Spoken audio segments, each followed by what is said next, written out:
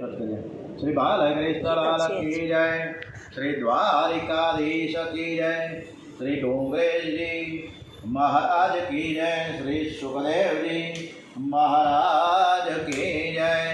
ओम श्री गम गणपते नमो नमः। वक्रतुंड महाकाय सूर्यकोटि समप्रभ निर्विघ्नं गुरु मे देव सर्वकार्येषु सर्वदा। ओम श्री गणपति महाराज की जय। ओम श्री हनुमान जी महाराज की जय। ओम मनोजवं मारुततुल्यवेगं जितेन्द्रियं बुद्धिमतां वरिष्ठं वातात्मजं वानरयूथमुख्यं श्रीरामदूतं शरणं प्रपद्ये। श्री हनुमान जी महाराज की जय। ओम श्री गायत्री माता की जय। ओम श्री सोमनाथ महादेव की जय। सिद्धेश्वर महादेव की जय। ओम श्री भारत माता की जय। वंदे वेद मातरम। आज विजयादशमी दशेराना दिवसे दरेक परीक्षित श्रीओ ने शुभ शुभ मंगल कामना करता करता दरेकનું આરોગ્ય ખૂબ સરસ રીતે રહે, દરેકના દિવસો મંગલમય કલ્યાણકારી રહે એવા ભાવ સાથે સૌનું કરો કલ્યાણ હે દયાળુ પ્રભુ, સૌનું કરો કલ્યાણ નર નારી પશુ પક્ષીની સાથે જીવજંતુનું તમામ સૌનું કરો કલ્યાણ। આજે 2 ઓક્ટોબર છે અને આજની તારીખમાં લાલ બહાદુર શાસ્ત્રી અને મહાત્મા ગાંધી આ બંને મહાત્માઓની આજે જન્મ જયંતિ છે। આજે દશેરા વિજયાદશમી। આજે રાવણને મારીને રામચંદ્રજી અયોધ્યા પરત આવ્યા, ઉત્સવ થયો સરસ મજાનો। આજનો વિજયાદશમીના દિવસે ખૂબ સરસ મજાની આજની ભાગવત કથા આપણે શ્રી કૃષ્ણ પરમાત્મા રામચંદ્રજીને સમર્પિત કરીએ એવા ભાવ શ્રદ્ધા સુમન સાથે। ओम श्री भागवत भगवान जी महाराज की जय। ओम नमो भगवते वासुदेवाय। रुक्मणी जी ने अभिमान थयो कि मारा जेवी सरस मजानी सुंदरी हूँ स्वरूपमान छो एटले तो मने मारा कृष्ण मारा द्वारिकाधीश मने ज एकने ज प्रेम करे छे, आवो अभिमान थयो एटले भगवाने थोड़ीक एने भीती बतावी अने घणुं घणुं कीधुं एने। रुक्मणीजीने બધું જ અભિમાન ઉતરી ગયું। રૂકમણીએ પછી તો સુંદર ભાષણ કૃષ્ણ કન્યાને કર્યું છે કે આપે જે કાંઈ કહ્યું તે ખોટું જરાય નથી, આપનું મારું કજોડું થઈ ગયું। હવે રૂકમણીજીના ધ્યાનમાં આવ્યું કે ભગવાનને માટે હું લાયક નથી। રૂકમણીજીને જે અભિમાન હતું એટલે તો પ્રભુએ કહ્યું કે તારા માટે હું લાયક નથી।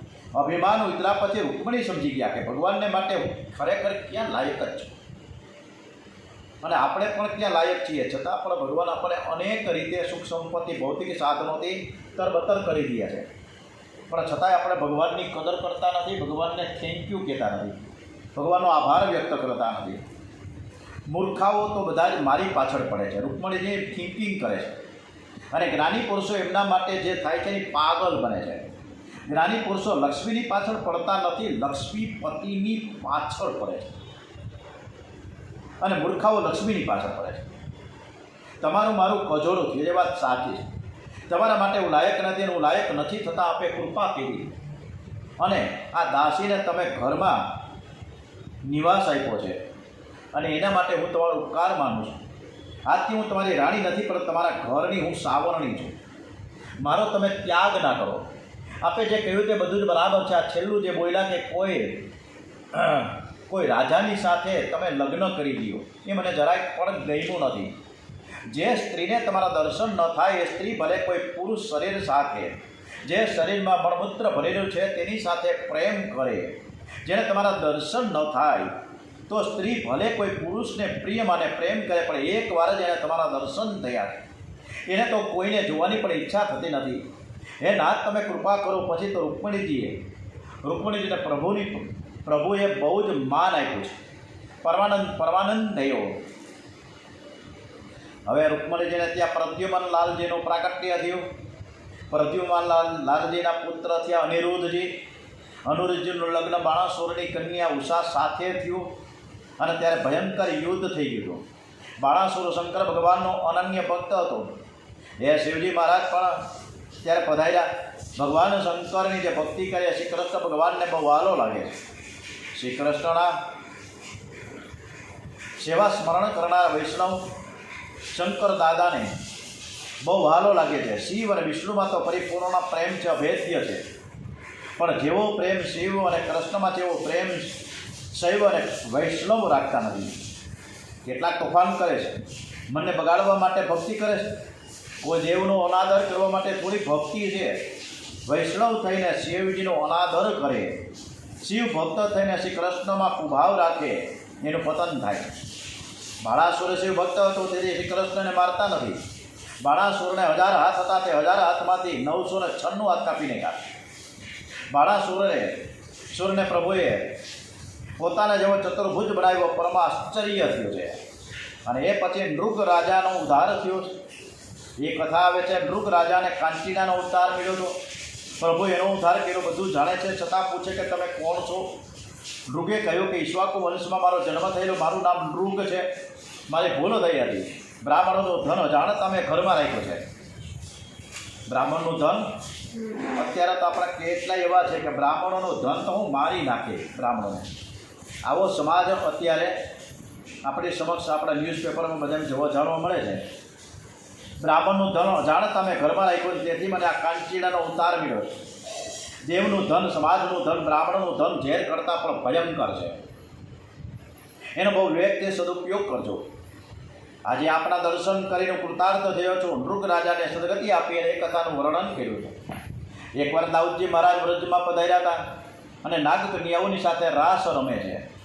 અને એ કથા વર્ણન કરી દ્વિધ રાક્ષસ બધાને ત્રાસ આપતો તેનો ઉદ્ધાર કર્યો. અને તે કથા કરી છે. રામજી વ્રજમાં પધારેલા એ સમયે કૃષ્ણ દેશના રાજા પૌંડ્રક દ્વારિકામાં યુદ્ધ કરવા આવ્યા. ભગવાને પૌંડ્રક રાજાને તથા તેના મિત્ર કાશી રાજાને સદગતિ આપી. દુર્યોધનની કન્યા લક્ષ્મણા સાથે સાંબનું લગ્ન થયું છે. અને એ પ્રસંગ સરસ રીતે ડોંગરેજી મહારાજે વર્ણન કર્યું. એક અધ્યાયમાં નારદ અને નારદ પરિહાસની કથા પણ આવી. હવે નારદજીને એક વખત મનમાં એવો ભાવ જાગ્યો કે 2-4 સ્ત્રીઓના પતિની દુર્દશા તો જોઈ મેં, એકને રાજી કરવા તો બીજી નારાજ થાય તો બરાબર છે, પણ આ 16,000 રાણીઓના પતિ થયા છે અને 16,000ને કેવી રીતે રાજી રાખતા હશે, ક્યારે વાતો કરતા હશે? નારદજી તો બ્રહ્મચારી, અને જેને બ્રહ્મચર્યનું પાલન કરવું છે એને કામ સુખ ભોગવનાર ગૃહસ્થના ઘરનો વિચાર ન કરવો જોઈએ. ગૃહસ્થના ઘરનો વિચાર કરે તો મન બગડે. ક્યારે વાતો કરતા હશે અને કેવી રીતે રાજી રાખતા હશે? તમારે પંચાયત કરવાની જરૂર શું છે? તમારે વીણા લઈને નારાયણ નારાયણ કરો ને ભાઈ સાહેબ. શા માટે આ બધી પંચાયત કરવાની જરૂર શું છે? પણ નારદજીની ઈચ્છા થઈ કે દ્વારિકામાં જઈને હું કલહ જગાડું. જે રાજમહેલમાં શ્રી કૃષ્ણ ન હોય તો રાણીને હું સમજાવીશ, તારો કોણ ભાવ પૂછે છે, તારા ઉપર એમનો જરાય પ્રેમ નથી. એ તો રૂકમણીજીને સત્યભામાની પાછળ ફેર્યા કરે છે. એને રીસ આવશે અને રીસાયા પછી ભગવાન એને કેવી રીતે મનાવશે એ મારે જોવું છે. આ બ્રહ્મચારી મહારાજને આવી ખટપટ કરવાની જરૂર શું હતી? મન એક સરખું રહેતું નથી. 7 થી 8 કલાક થાય, 5 કલાક થાય એટલે મન બદલાઈ જાય છે. સાધારણ માનવ 7-8 કલાકથી વધારે ભક્તિ ન કરી શકે. આજે નારદજીનું પણ મન બગડ્યું છે. ભગવાનને ઘેર કલહ જગાડવો છે.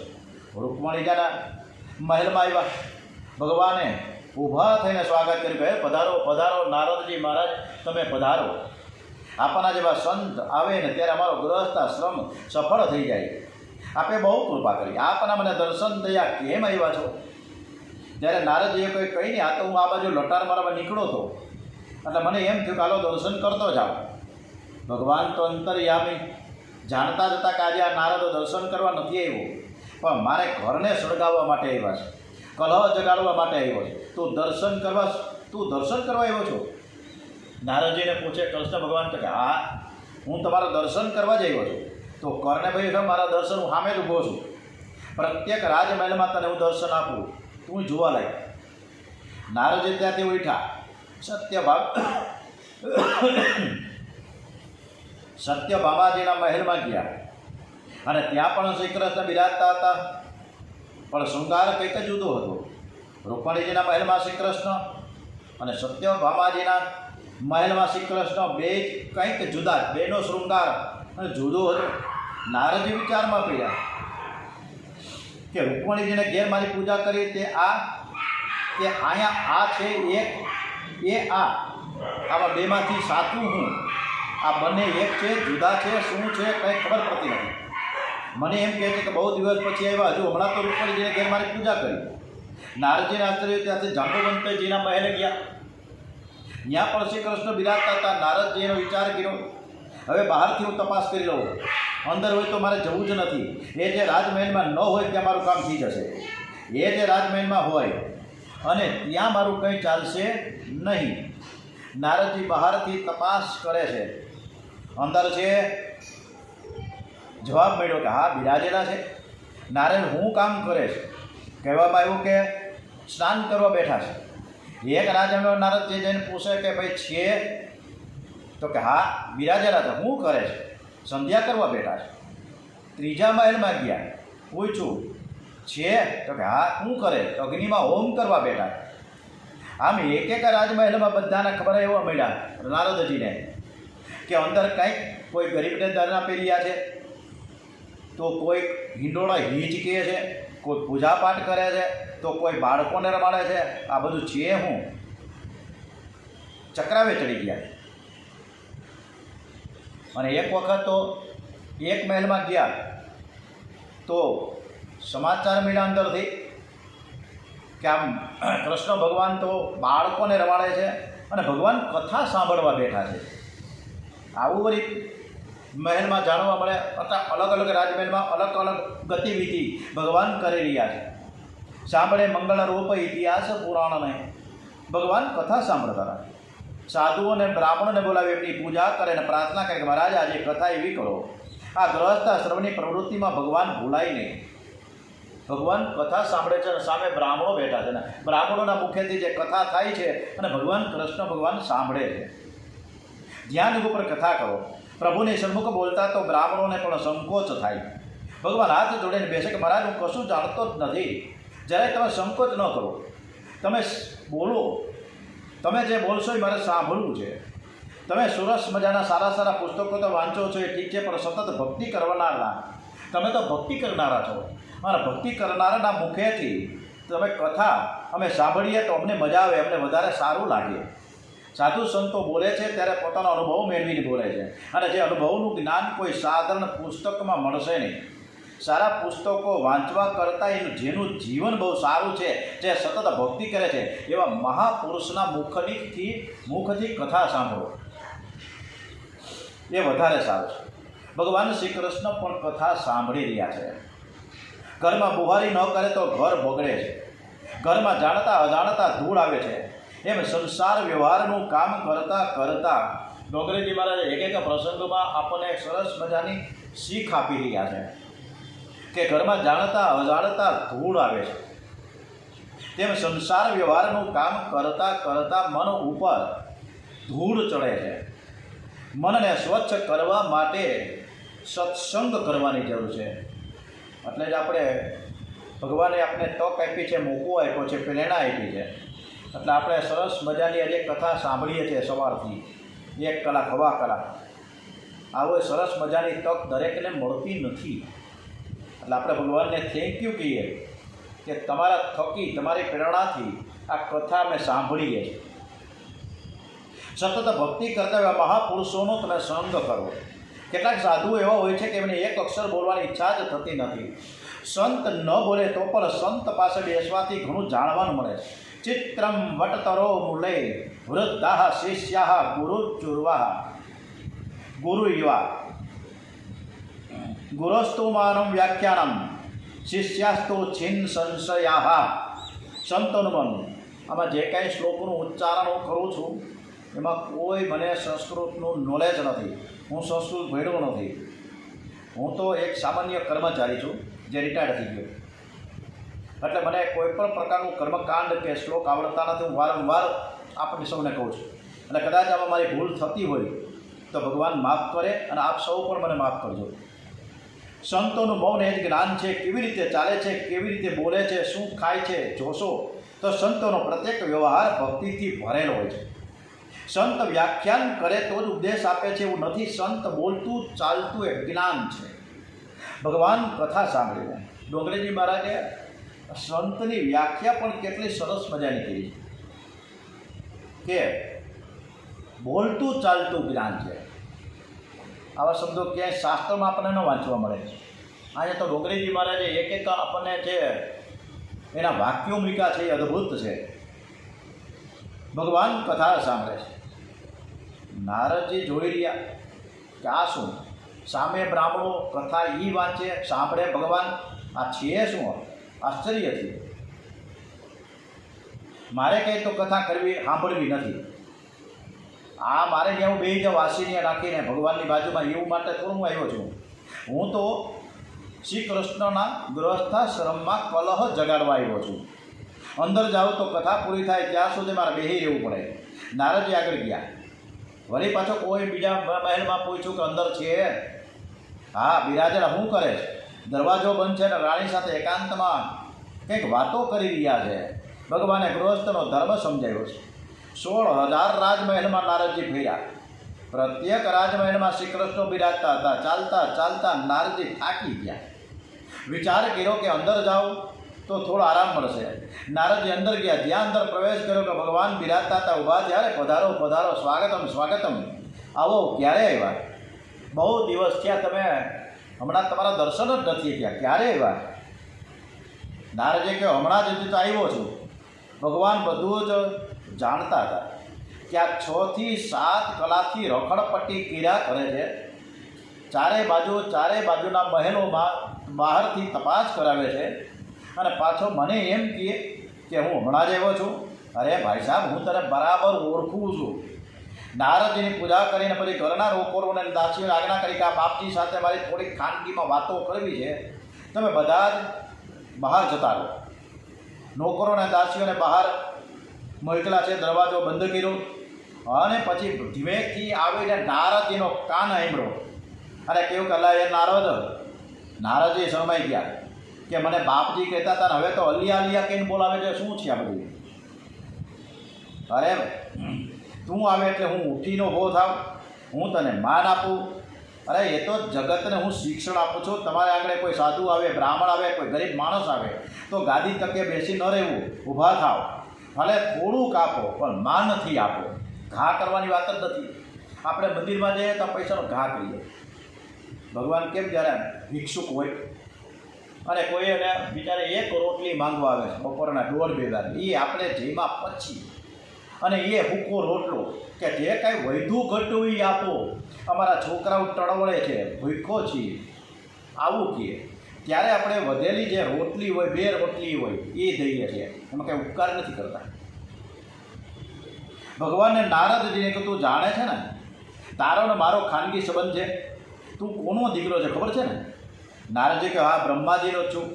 શ્રી કૃષ્ણ કે હું તારા બાપનો બાપ છું. મારો વૈભવ જોઈને તારે રાજી થવો છે ને આવું ધંધો કરવાનો. નારદજી હરિનું સ્મરણ કરતાં કરતાં માફી માગીને સીધાવ્યા. પરમાત્મા શ્રી કૃષ્ણ 16,000 રાણીઓના સ્વામી પણ સવારે બ્રહ્મ મુહૂર્તમાં ઉઠીને ધ્યાન કરે છે. જ્યારે ભગવાન શ્રી કૃષ્ણ પરમાત્મા ઈશ્વર પ્રભુ હોવા છતાં પણ ધ્યાન કરે છે અને આપણે સવારના 8 વાગે ઉઠવું છે, ધ્યાન 1 બાજુ. કેવળ બ્રહ્મ મુહૂર્તમાં ઉઠી સ્પર્શીને જલમાધમ સ્વસ્થ ચિત્તે ધરે ધ્યાન માયાથી પર આત્મનમ. કેવળ કથા સાંભળવાથી જીવન સુધરતું નથી. કથા કરે સાંભળે સારું છે, કથા પાપને બાળે છે. પણ કથા સાંભળ્યા પછી સાધન કરવું પડે છે. સાધનનું બ્રહ્મ મુહૂર્તમાં નિયમથી 6 માસ સાધન કરો. તમને લાભ થશે, તમારું મન સુધરશે, મનના સંકલ્પ વિકલ્પ ઓછા થશે. ભગવાનનું ધ્યાન કરો, પરમાત્માની સેવા કરો, પ્રભુને પ્રાર્થના કરો કે મારા હાથે દરરોજ ને દરરોજ કાંઈક ને કાંઈક સદકર્મ થાય. સવારે જાગીને હાથના દર્શન કરો. સીધો હવે તો 2 ટી આવી ગઈ. બહુ ભણેલા ગળેલા છીએ આપણે બધા, અને 2 ટી. રસોઈ કરવું નથી, કોગળાઈ કરવા નથી, સીધી પથારીમાં ચા આવે. પણ સવારે ઉઠીને ડોંગરેજી મહારાજ કે હાથના દર્શન કરો. કરાગ્રે વસતે લક્ષ્મી, કરમૂલે સરસ્વતી. કરમધ્યે તું ગોવિંદા પ્રભાતે કર દર્શનમ. માનવ હાથનો એટલે કે ક્રિયાશક્તિનો સદુપયોગ કરે તો લક્ષ્મી મળે, એમાં શું આશ્ચર્ય છે. પણ સુધરેલા લોકો તો પ્રભાતે કર દર્શન નહીં, હમણાં જે વાત કરી ને આપણે કે બેડ ટી આવે, કપ દર્શન કરે છે. તમે વૈષ્ણવ છો, તમે પ્રભુના પ્યારા છો, તમે કોઈ ઋષિના વંશમાં જન્મા છો, તમારે વડીલોને માર્ગે જવાનું છે. એન તે પિતરો યાતા. હા, સનાતન ધર્મની મર્યાદા જેટલું પાળશો એટલું જ મન શુદ્ધ રહેશે. જીવન સ્વેચ્છાચારથી બગડે છે, સદાચારથી સુધરે છે. શું કરવું શું ના કરવું એ તમારા મનને પૂછો, શાસ્ત્રને પૂછો. તસ્માંશ્ચામ શાસ્ત્રમ પ્રમાણમ તે કાર્ય વ્યવસ્થિતો. સવારે વહેલા ઉઠીને ધરતી માતાને વંદન કરીને જે નાકમાંથી, બરાબર સમજો, ડોંગરીજી મહારાજે આમાં પણ આપણને સરસ મજાનું પ્રાણાયામ કઈ રીતે થાય અને કઈ રીતે ભગવાનના સ્મરણ સાથે ઉઠવું, કે સવારે વહેલા ઉઠીને ધરતી માતા ભૂમિને વંદન કરીને જે નાકમાંથી શ્વાસ નીકળતો હોય એ બાજુનો ભોગ ધરતી ઉપર મૂકવો. એ નાકમાંથી સમાન પ્રમાણમાં, બે નાકમાંથી સમાન પ્રમાણમાં શ્વાસ નીકળતો હોય તો બંને પગ એકી સાથે ધરતી ઉપર મૂકવા. ધરતી માતા વંદન કર્યા વિના પગ નીચે મૂકતા નહીં. ધરતી માની રોજ પ્રાર્થના કરો. સમુદ્ર વસને દેવી પર્વત સ્તન મંડાલય વિષ્ણુ પત્ની નમસ્તભ્યમ પાદ સ્પર્શમ સમક્ષમ મે.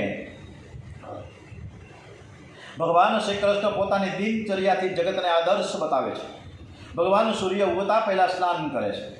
તુલસીજીની માટી મૃતિકાનું કપાળમાં તિલક કરે તો સ્નાન કરવાનું શ્રેય મળે છે. આકાશમાં નક્ષત્ર દેખાતા હોય ત્યારે સ્નાન કરવાનો આગ્રહ રાખજો. સ્નાન કરી ભગવાન સંધ્યા કરે છે અને અગ્નિમાં આહુતિ આપે છે, હોમ હવન પણ કરે છે. સૂર્યનારાયણને અર્ધ્ય આપે છે. સૂર્યદેવ સવંત્રાંશો તેજો રાશે જગતપતે અનુકંપયમાં ભક્તામ ગુરાધર્ય દિવાકર. ઓમ સૂર્યાય નમો નમઃ. ઓમ ભાસ્કરાય નમો નમઃ. ઓમ શ્રી આદિત્યાય નમો નમઃ. ઓમ સૂર્યનારાયણ દેવ કી જય.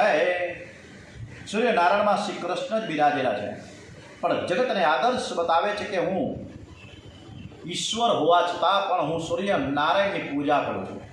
સૂર્યનારાયણના પ્રકાશનો જે ઉપયોગ કરે છે એ સૂર્યનો ઋણી છે. ઉગતા સૂર્યના દર્શન કરતાં કોઈ મંત્રનો જપ કરો. ઉગતા સૂર્યના કિરણો શરીર ઉપર પડે તો તન મન બંને સુધરે. સૂર્યનારાયણની ઉપાસના કરવાથી આરોગ્ય સુધરે છે. સૂર્યનારાયણની ઉપાસના વિના બુદ્ધિ સુધરતી નથી. સૂર્યનારાયણ પ્રત્યક્ષ દેખાય છે, બીજા દેવો પ્રત્યક્ષ દેખાતા નથી. બીજા દેવો ભાવનાથી દર્શન આપે છે, તેમની ભાવના કરવી પડે છે. સૂર્યનારાયણના તેજોમય સ્વરૂપનું ધ્યાન ધરો. શ્રી કૃષ્ણ રોજ માતા પિતાને વંદન કરતા હતા, દરરોજ.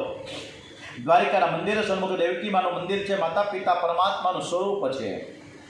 એટલે શ્રી કૃષ્ણ ભગવાન પોતાના માતા પિતાને પણ ક્યારેય ભૂલ્યા નથી. કંસને માર્યા પછી હળી કાઢીને દેવકીને વસુદેવજીને કારાગૃહમાં દાંતથી હાકળ તોડીને વસુદેવ દેવકીને કારાગૃહમાંથી મુક્ત કર્યા અને તરત જ પગે લાગ્યા છે.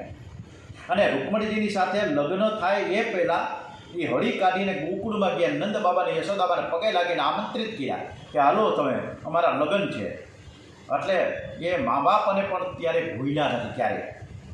અને અત્યારના આપણો સમાજ, અત્યારના નવયુવાનો મા બાપ કોણ છે ખબર જ નથી, ભૂલી જાય છે. કારણ કે બધા સુખ સંપત્તિ મળી ગયા છે એની મેળે ઓટોમેટિક. એટલે આનંદ જ કરે ને. કોણ મા બાપને, કોણ તમે, જે ભગવાન. ઓમ શ્રી કૃષ્ણ કનૈયા લાલ કી જય.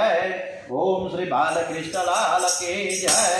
ઓમ નમો ભગવતે વાસુદેવાય. શ્રી દ્વારિકાધીશ કી જય. શ્રી ડોંગરેજી મહારાજ કી જય. ઓમ શ્રી સોમનાથ મહાદેવ કી જય. ઓમ શ્રી ભારત માતા કી જય. શ્રી સત્ય સનાતન હિન્દુ ધર્મ કી જય. શ્રી ભાગવત ભગવાનજી મહારાજ કી જય. ઓમ નમો ભગવતે વાસુદેવાય. ઓમ નમઃ પાર્વતી પતે. હર હર હર હર હર મહાદેવ.